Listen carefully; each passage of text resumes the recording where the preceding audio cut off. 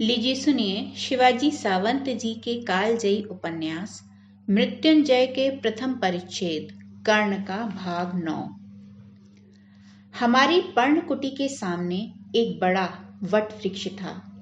वृक्ष क्या, अनेक रंगों के और अनेक प्रकार की बोली बोलने वाले पक्षी जिस पर रहते थे, ऐसा छोटा सा पक्षी नगर ही था।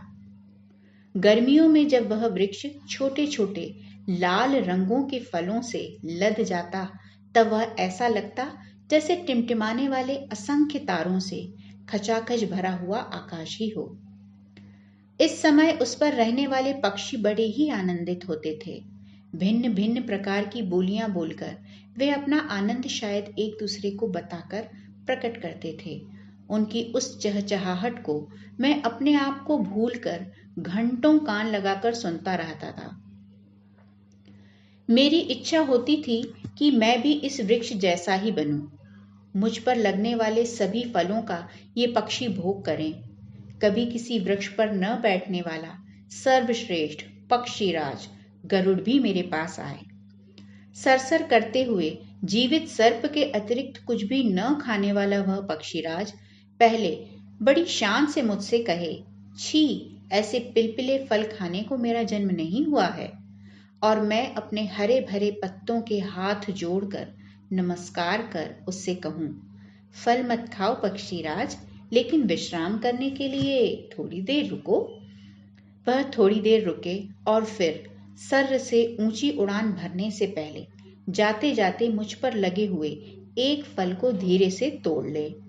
पक्षीराज की इस पराजय पर आनंदित होकर मैं अपने पत्तों की असंख्य हाथों से तालियां बजाऊं, देह पर लिपटी हुई लताओं के उत्तरीय बनाकर आनंदातिरेक से उनको अंतरिक्ष में उड़ाऊं। मैं उस वृक्ष की ओर देख रहा था। उसका आकार गदा की तरह था।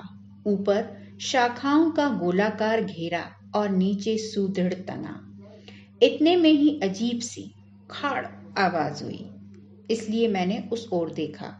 हमारे पड़ोस में रहने वाला भगदत्त नामक सारथी अपने हाथ में लगे हुए प्रतोद को फटकार रहा था।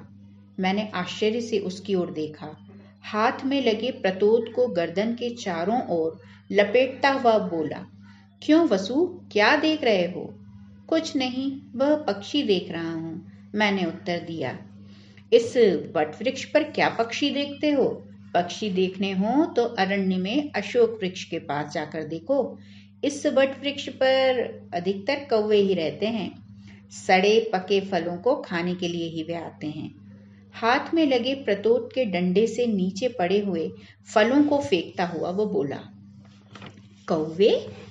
हाँ, भारद्वाज, शेन, कोकिल आदि पक्षी तो भूले भटके भले ही आ जाएं यहाँ। एक आध कोकिल आ जाता है, वह भी कोकिला की धूर्तता से। धूर्तता कैसी? मैंने उत्सुकता से उससे पूछा। अरे, कोकिला अपना अंडा मादा कौवे की अनुपस्थिति में चुपचाप उसके घोंसले में लाकर रख देती है। अंडे का रंग और आकार बिल्कुल मादा कौवे के अंडे जैसा ही होता है, इसलिए मादा कौवे को यह संदेह बिल्कुल नहीं होता कि अपने घर में किसी और का अंडा रखा है। फिर मादा कौवा कोकिला के अंडे को सेती है। उसके बाद सप्त स्वर में तान लगाकर आसपास के वातावरण को मुग्ध कर देने वाली जो कोकिल है ना, मादा कौवे के नीड में बड़ा होने लगता है। उसने प्रतोद को कंठ के चारों ओर लपेट लिया। कोकिल और वह मादा कौवा के घोंसले में? मैं विचार करने लगा, यह कैसे संभव हो सकता है? भगदत्त की बात असत्य न होगी, इसका क्या प्रमाण है? और थोड़ी देर के लिए यदि यह सत्य मान भी लिया जाए तो हानि ही क्या है?